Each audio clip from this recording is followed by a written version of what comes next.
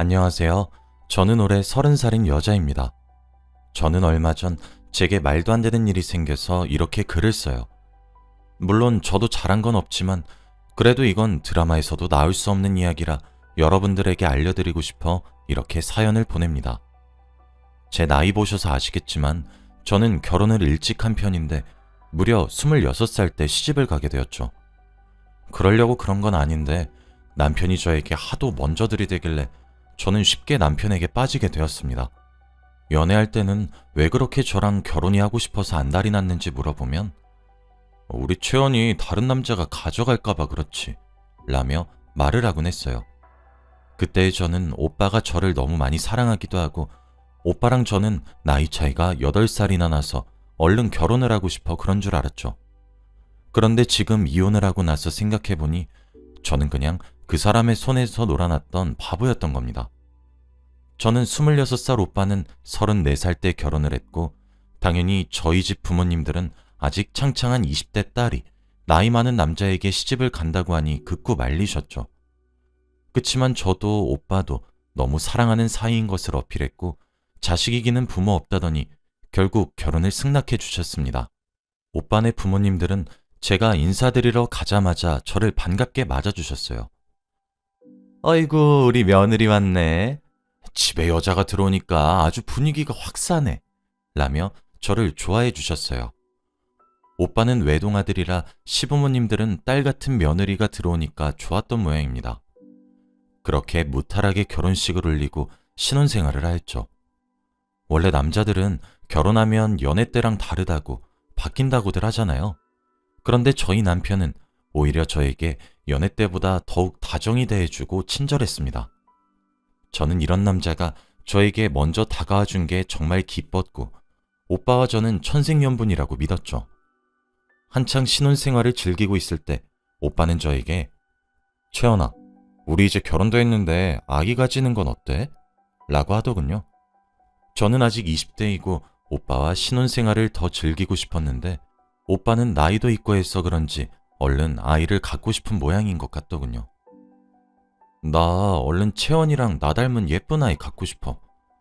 그리고 사실 우리 집에서도 얼른 손주를 보고 싶다고 하시네.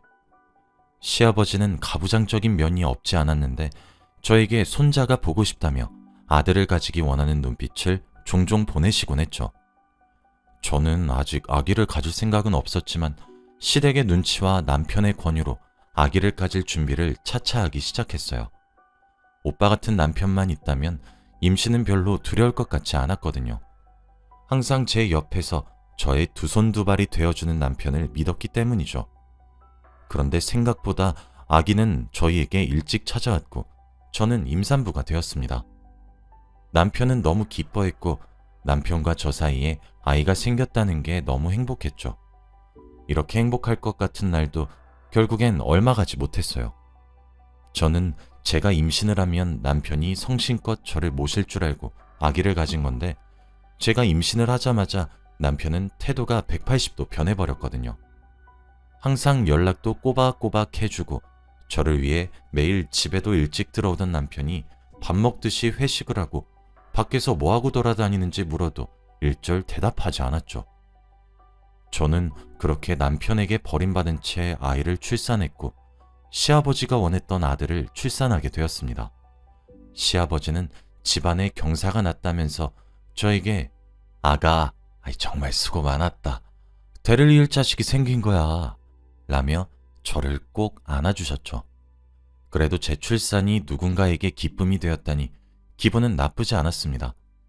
그런데 무엇보다 아이를 낳으면 기뻐해야 할 남편이 임신할 때보다 가정에 더 소홀해졌고 저는 여자의 직감으로 확실히 남편이 다른 여자가 생겼다고 느꼈죠. 왜냐면 남편은 제가 임신을 하고 나니 어딘가 이상하게 변했기 때문입니다. 그뿐 아니라 남편은 항상 어디를 나갈 때 향수도 뿌리고 머리도 세우면서 자신을 항상 꾸미고 나갔어요. 회사에 가고 회식을 하는데 왜 그렇게 꾸미고 가는지 이해가 안 되었지만 저에게 회식을 한다고 거짓말을 하고 다른 여자를 만나는 게 틀림없었습니다. 그런데 너무 당당하게 제 앞에서 티를 내니까 어떻게 대처해야 할지 몰랐어요. 남편은 아들을 정말 좋아하긴 했지만 다른 집 아이인 것처럼 대했고 그저 귀엽다라는 반응이 끝이었어요. 진정한 아버지의 모습이 전혀 보이지 않았고 밖에서 매일 나돌아다녀서 집에 들어오지도 않으니 저는 결국 독방 육아를 시작했죠. 물론 화도 내고 울기도 많이 울면서 남편에게 말을 했지만 결국 돌아오는 건 미안해 라는 세 글자뿐이었죠. 결국 저는 남편이랑 사는 게 너무 힘들고 외로워서 이혼을 결심했습니다. 그래서 증거를 수집하기 위해 남편을 미행하기로 하고 아이는 친정집에 맡긴 뒤 남편이 밖에서 누구와 무엇을 하는지 조사하기 시작했습니다. 우선 남편의 자동차에 위치 추적 장치를 설치하고 퇴근 후 남편의 일상을 파헤쳤죠. 그런데 남편은 퇴근 후 저희 동네의 한 술집으로 들어가더라고요. 저는 드디어 증거를 잡았다는 생각에 더 확실한 증거를 위해 남편이 다른 여자와 술을 마시고 있으면 저는 그 자리를 덮치기로 했죠. 그런데 남편과 같이 술을 마시고 있던 사람은 다름이 아니라 남자였습니다. 둘은 정말 친해 보였고 재밌게 웃고 떠들며 술을 마시고 있었어요. 저는 그 모습을 보고 안심이 되어 미행한 것을 모른 척하고 남편과 그 남자가 있는 테이블로 갔죠.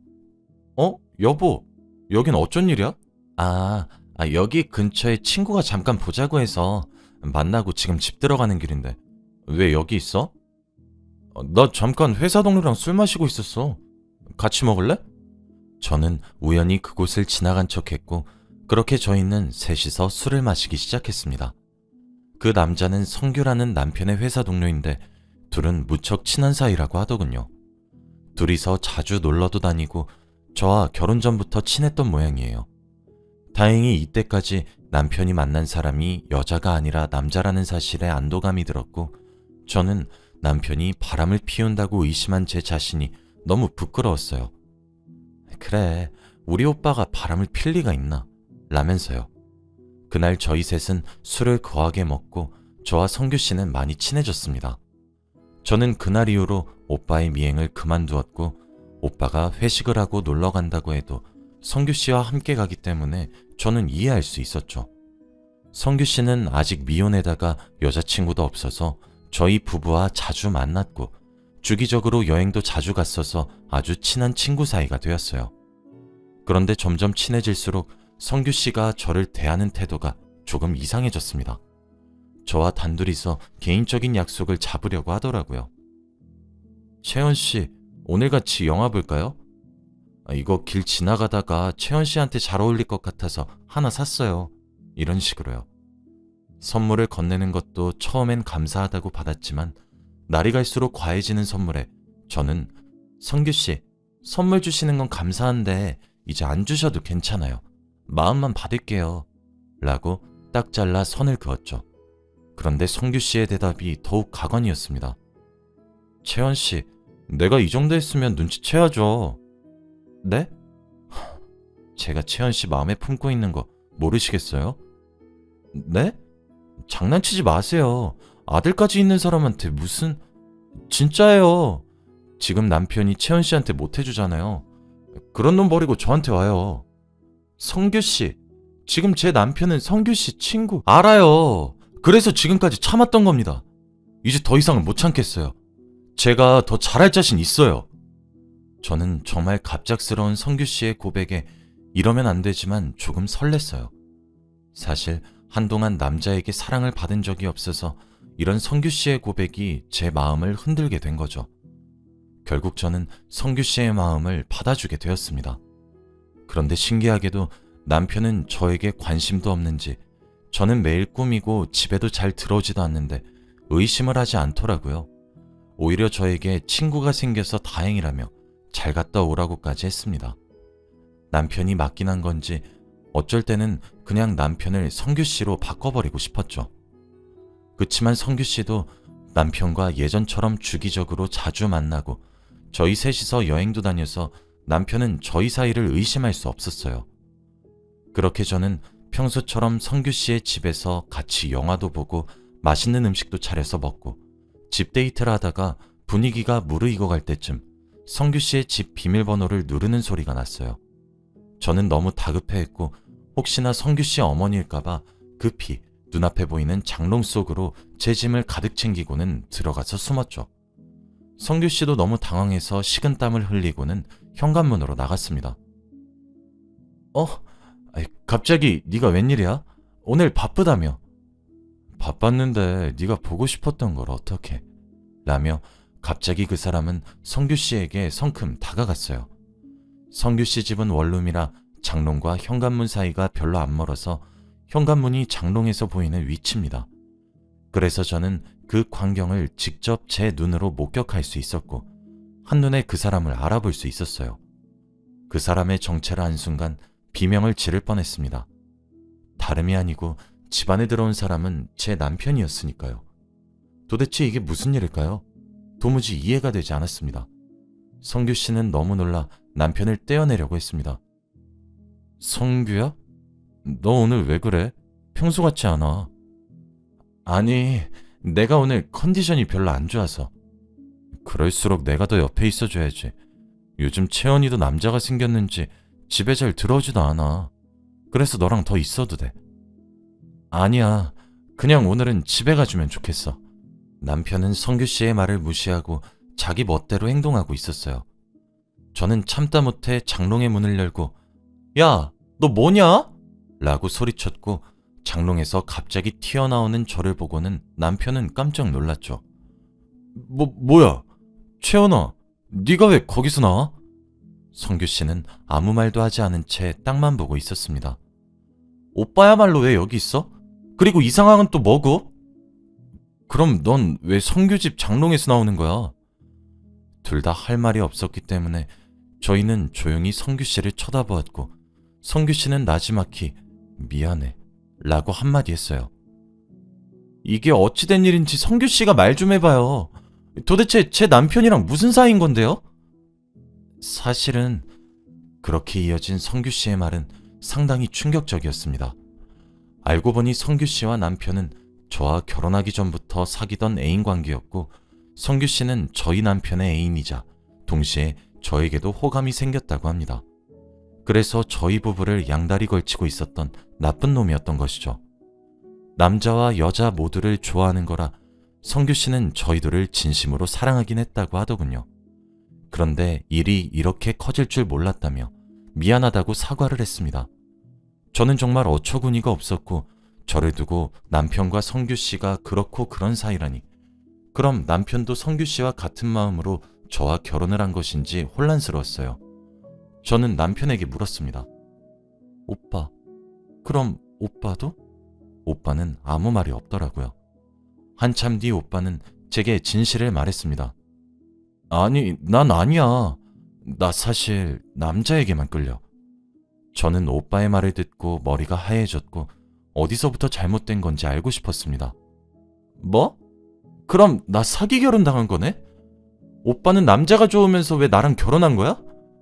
미안해 채연아, 어쩔 수 없었어. 정말 너를 속일 생각은 없었는데 아버지 때문에. 남편의 말을 들어보니 워낙 가부장적인 아버지는 외동아들로 자란 남편에게 가문이 끊기는 것을 염려해 얼른 결혼을 하라고 독촉했다고 합니다. 뭐? 나 그럼 당장 지금 아버님께 말씀드릴게. 근데 채연아, 아버지 이미 알고 계셔. 까도 계속 나오는 충격적인 사실에 넋을 잃었습니다. 나도 너랑 결혼하기 전에 성규를 만나고 너무 좋아서 아버지한테 호적 파이는 것 작정하고 진지하게 말씀드렸어. 남자 좋아한다고. 그런데 너도 우리 아버지 성격 잘 알잖아. 어떤 반응일지. 당연히 화내셨지. 난 절대 여자가 좋지 않다고 말씀드려도 아버지한테 난 그저 정신병자였고 워낙 아버지가 주위 시선 중요하게 생각하시는데 하나밖에 없는 아들이 남자를 좋아한다고 하면 얼마나 우리 집안이 손가락질 받겠어?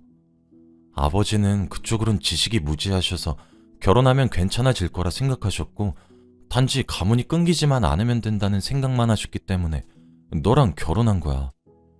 남편은 그냥 아들을 낳기 위해서 그리고 시아버지의 결혼 강행에 벗어나지 못해서 좋아하지도 않는 저와 결혼을 하게 된 것이었어요. 남편이 저와 연애를 할 때부터 그렇게 결혼을 하자고 했던 이유를 드디어 알 수 있었습니다.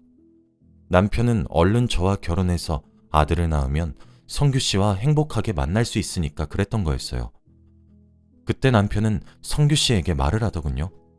성규야, 그런데 너 다른 사람도 아니고 왜 내 아내랑 바람을 펴? 이건 아니지. 어떻게 네가 나한테 이래? 네가 애초부터 셋이서 여행 가고 술 먹고 이런 자리 안 만들었으면 된 거 아니야. 내가 분명히 여자 좋아하는 거 너도 알았잖아. 내가 채연 씨한테 흔들릴 건 예상 못했니? 성규 씨는 저희 남편에게 오히려 적반하장으로 화를 냈습니다. 저는 둘의 싸움을 지켜보다가 야, 정말 세상 잘 돌아간다. 어떻게 이런 일이 생기냐? 라고 한탄을 했어요. 채연아, 너도 잘한 거 하나도 없어. 너도 남편 놔두고 내 친구랑 바람핀 거야. 너 같은 남편?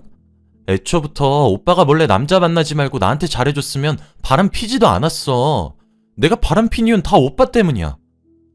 저희의 싸움은 끝날 기미가 안 보였고 저는 짐을 챙겨 집으로 돌아갔습니다. 저는 너무 화가 났지만 어디다가 화를 풀어야 할지 몰랐죠. 저는 사기 결혼을 당한 거지만 그 사람들의 거짓말이 잘못이지 사람 자체의 잘못은 아니잖아요. 하지만 그렇다 쳐도 저도 잘한 게 없죠. 남편이 있는 여자가 남편의 절친과 바람을 핀 사이니까. 어디 가서 제 이야기를 하면 오히려 제 무덤을 파는 격이 되는 거죠. 그렇게 친정집에도 알리지 않고 친구들에게도 일절 말을 하지 않았습니다. 그냥 저희는 순탄하게 이혼을 진행했고 위자료 없는 협의 이혼으로 진행했어요. 남편도 순순히 받아주었고 저도 미련은 없습니다. 양육권은 당연히 제가 가졌고 아들은 저와 둘이서 살게 되었어요. 남편은 절대 아이를 못 키우겠다고 했고 저도 그런 남편에게 아들을 키우라고 맡기고 싶진 않았거든요. 커서 아들이 아빠는 어디 갔냐고 물으면 어떻게 대답해야 할지 벌써부터 고민이 되긴 하지만 그래도 이유를 솔직히 말해주는 것이 낫겠죠? 양가 부모님들에게는 단순한 성격 차이로 이혼을 하는 거고 좋게 끝냈으니 걱정하지 말라고 했습니다. 저희끼리 알아서 끝내니 뒷말도 없었고요. 그렇게 남편과 저 그리고 성규 씨는 이상한 삼각관계를 끝냈고 그동안 못했던 엄마 노릇을 이제서야 하는 중입니다. 알아보니 남편과 성규 씨는 이제 당당하게 만나는 것 같더라고요. 시아버지의 반대에도 무릅쓰고 둘이서 동거를 하는 모양입니다. 아마 시댁과는 연을 끊었겠죠. 저도 잘한 건 하나 없지만 그래도 제 불륜이 아니었다면 저는 아직도 사랑받지 못한 채 독박 육아를 했었을 것 같아요. 모두들 욕을 하시겠지만 그래도 제 선택에는 후회가 없습니다. 제 이야기는 여기까지입니다. 들어주셔서 감사합니다.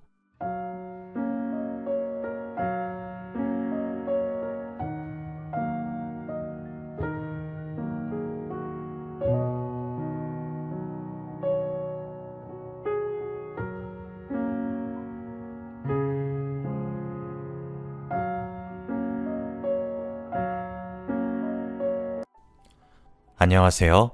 저는 20대 후반 여자입니다. 어쩌다 보니 이곳에 사연을 신청하게 되었어요.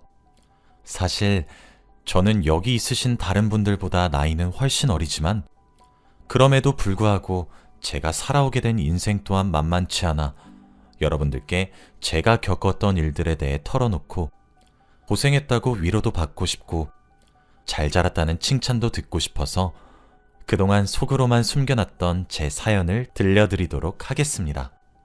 저는 밑으로 나이 차이가 꽤 나서 이제 막 성인이 된 남동생이 하나 있습니다. 제가 성인이 되고 나서 거의 키우다시피 했어요. 제가 그럴 수밖에 없었던 이유를 설명을 드리자면 부모님을 사고로 한순간에 두 분 다 잃었기 때문입니다.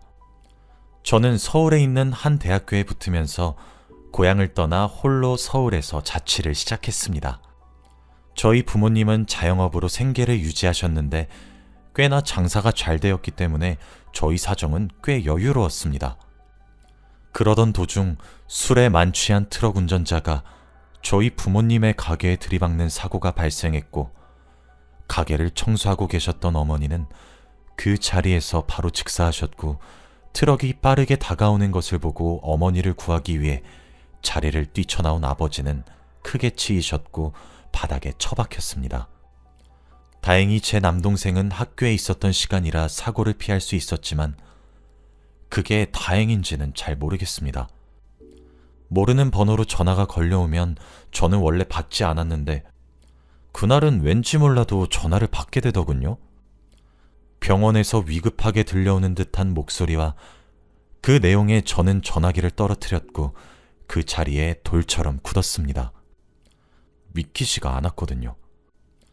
바로 어제까지만 해도 택배로 반찬을 붙였으니 남기지 말고 먹으라는 엄마의 말씀과 힘든데 고생이 많다는 아버지의 격려가 있었는데 어머니는 자리에서 이미 숨을 거두어서 어쩔 도리가 없었지만 아버지는 위중한 상태라고 빨리 병원에 오라고 하더군요. 학교고 나발이고 뭐가 문제였겠습니까? 당장 고향으로 뛰어내려갔습니다. 중환자실에 누워 계신 아버지의 모습과 수술 효과를 기대할 수 없다는 의사의 말이 너무 원망스러웠고 그 길로 바로 장례식장으로 내려갔습니다.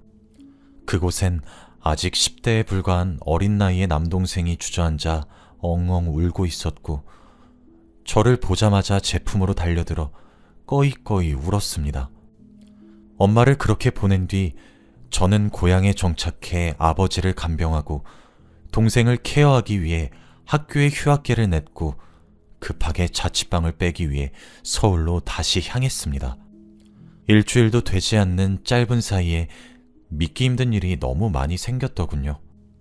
자취방에 도착해보니 며칠 전 엄마가 붙였다는 반찬이 담긴 택배가 문 앞을 가리고 있었습니다. 보낸 사람 이름에 저희 어머니의 성함을 발견한 순간 차마 꾹꾹 눌러 참고 참으며 삭혔던 눈물이 펑 하고 터졌고 꺼이꺼이 울었습니다. 다행히 초봄이기도 하고 안에 있던 드라이박스 때문인지 반찬이 상하지 않았더군요. 이삿짐 센터를 불러 대충 짐을 꾸려 언제까지 가져다 달라고 한 뒤 급하게 방을 뺐고 그 반찬들은 그대로 들고 고향으로 다시 내려왔습니다. 냉동실에 엄마의 반찬을 넣고 집을 둘러보니 정말 딱 죽고 싶더군요. 그래도 아버지가 아직 살아 계시니까 하는 마음으로 버티고 버텼습니다. 20살. 고등학교를 졸업한 지 얼마 되지 않는 나이. 이제 막 성인이 된 저는 할 수 있는 게 없었고 그저 아버지가 눈을 뜨기만을 기다리고 또 바랬습니다. 하지만 몇 달 지나지 않아 저는 동생의 학교에 전화를 걸어야 했습니다. 아버지가 지금 막 돌아가셨으니 동생을 병원으로 보내달라고 말이죠. 아버지는 트럭에 치이면서 바닥에 머리를 크게 찌으셨는데 그 충격으로 신경이 손상되어 결국 커다란 수술 이후에도 뇌사 상태에 빠져 돌아오지 못하셨습니다. 생전 봉사하시며 남을 도우셨던 아버지가 생각났고 결국 아버지는 7명의 새로운 생명을 남들에게 나눠주고 돌아가셨습니다. 저보다 9살이나 어린 동생을 두고 제가 차마 무너지고 꺾어질 수 없었습니다. 그렇게 부모님 두 분의 상을 몇 달 내에 연달이 치러냈어요. 그리고 알게 된 사실은 어머니와 아버지 두 분 모두 저와 제 동생 둘의 등록비와 결혼 자금을 따로 모으고 계셨고 그 외에도 보험을 많이 들어놔서인지 보상금이 꽤 컸습니다. 그리고 음주운전 차량의 운전자 가족으로부터 보상금도 많이 받을 수 있었어요. 그나마 다행이었던 점은 음주운전 차량의 운전자 또한 즉사를 했다는 소식이었습니다. 솔직히 살아있었다면 제가 죽여버렸을 것 같기도 한데 죽었다는 소식이 어찌나 다행이던지 스스로 제가 악마 같은 생각에 소름이 끼치다가도 웃음이 나오더군요. 변호사를 선임해 우리 부모님의 목숨값을 받아낼 수 있을 만큼 최대한 받아내었습니다. 하지만 그게 무슨 의미가 있겠습니까? 이미 저와 제 동생은 부모를 잃었는데요. 그렇게 부모님의 자산을 대충 정리하고 가게도 팔았습니다. 배우지 않아서 운영을 할 수가 없었거든요. 보상금과 합의금까지 합치니 굉장히 큰 돈이 모였어요. 그렇게 부모님이 사셨던 집으로 다시 돌아갔고 그 이후론 술과 담배만 했던 것 같습니다. 지금 생각해보면 남동생도 많이 어렸었는데 그 어린 것이 제 눈치를 봤을 거란 생각을 하면 가슴 한켠이 짠해지네요. 몇 달을 그렇게 폐인처럼 살았을까.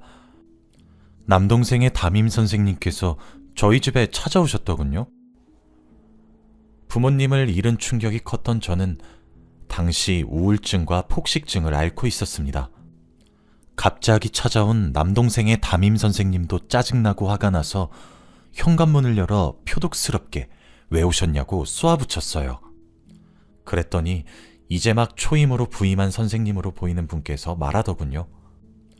걱정이 되어서 실례를 무릅쓰고 이렇게 찾아뵙게 되었습니다. 불쾌하셨다면 죄송합니다. 라고요. 막상 화는 냈지만 바로 사과를 하는 선생님의 모습에도 뻘쭘해 잠시 기다리시라 말을 하고 거실에 널브러져 있던 것들은 다 방으로 처박아 버리고 들어오게 했습니다. 하지만 그럼에도 불구하고 누추한 꼴이었죠. 집 냉장고를 엄마의 손길이 닿은 채로 두고 싶어 아무것도 버리지 못하고 먹지 못해 냉장고도 엉망이라 집에 음식물 쓰레기 냄새도 진동을 했을 것이고 여기저기 널브러진 술병들도 애써 무시할 수준이 아닐 만큼 많았을 테고 집안 곳곳에 담배 냄새가 났을 테니까요.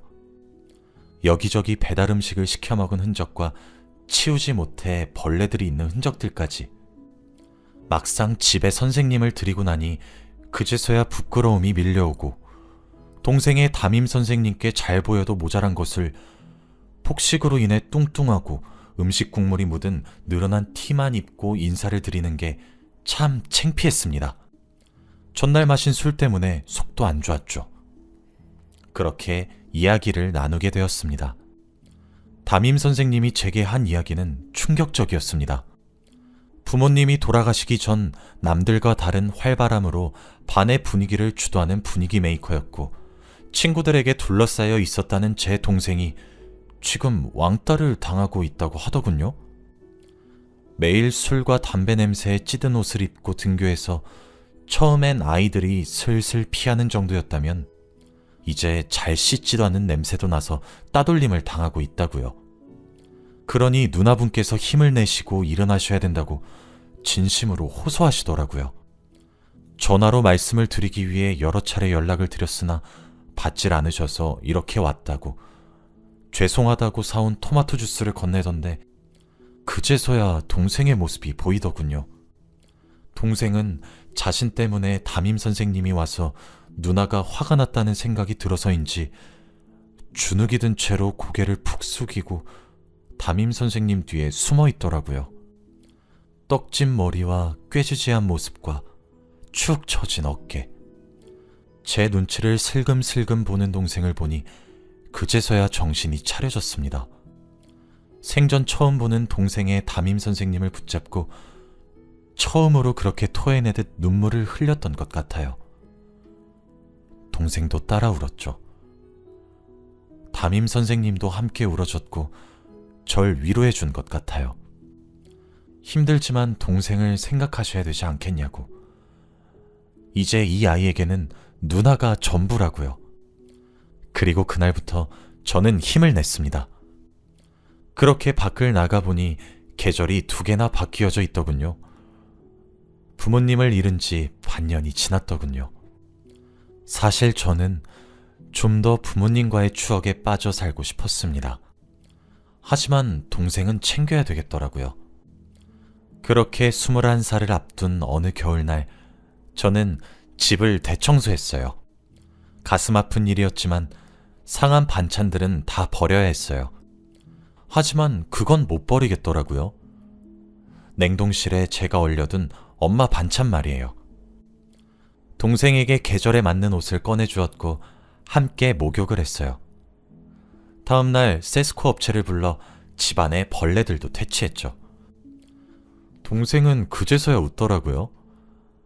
자기 이제 안 버리는 거 맞냐고 물으면서요. 그제서야 제가 슬픔에 빠져 어린 동생을 학대했단 것을 알게 되었습니다.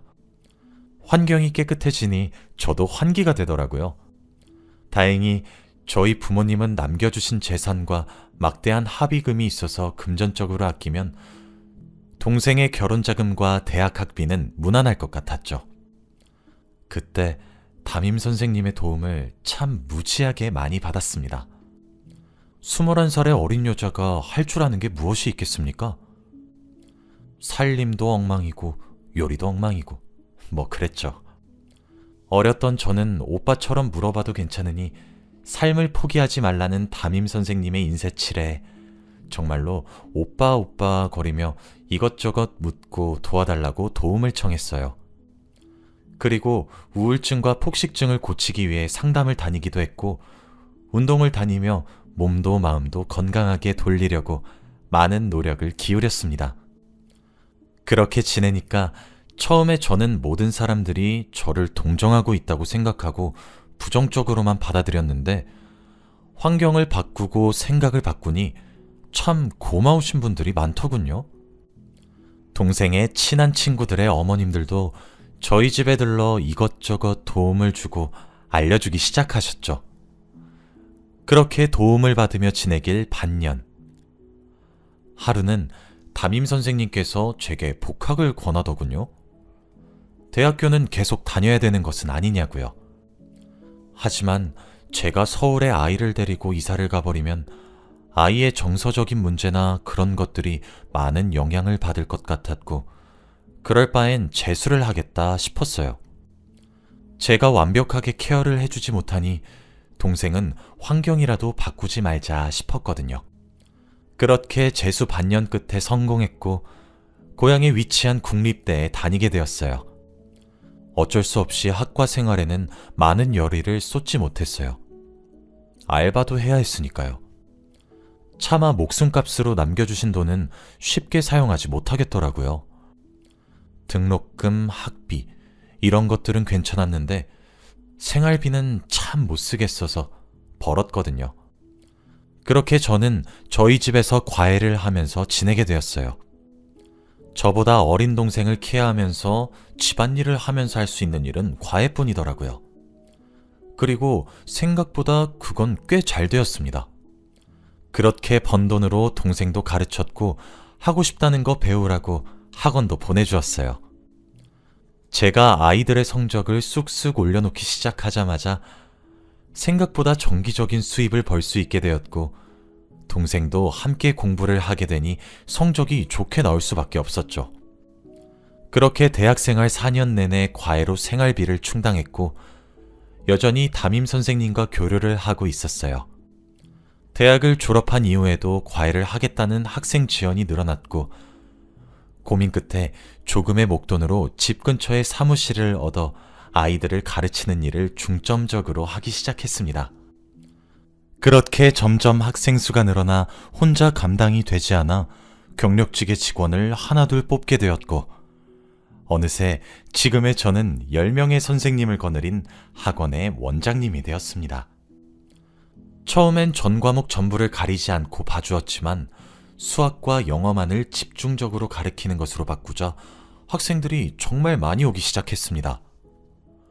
거의 저희가 살았던 동네에 대다수의 학생들이 올 정도였죠. 그 사이 제 남동생은 커다란 굴곡 없이 자랐고 큰 반항 한 번 하지 않고 커주었어요. 그리고 올해 서울에 내노라 하는 대학교의 철석부터 저희 학원의 자랑거리도 되어주었습니다. 그 사이 저는 제게 도움을 많이 주었던 담임 선생님, 아니 이제 남자친구라고 해야 될 것 같네요.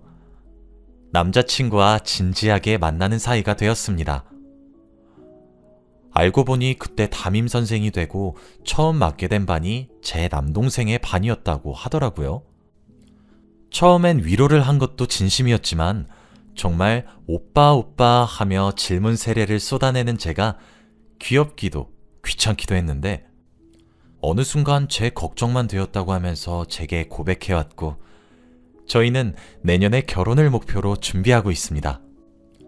알고 보니 저보다 7살이나 많은 사람이었더라고요. 저는 제가 가장 힘들었던, 어쩌면 삶의 의지도 놓았을지 모르는 그때 제게 거침없이 손을 내밀어준 사람이었기에 저 또한 오빠의 고백을 받아들이게 되었습니다. 결혼 전에 벌써 3번이나 눈물을 흘렸어요.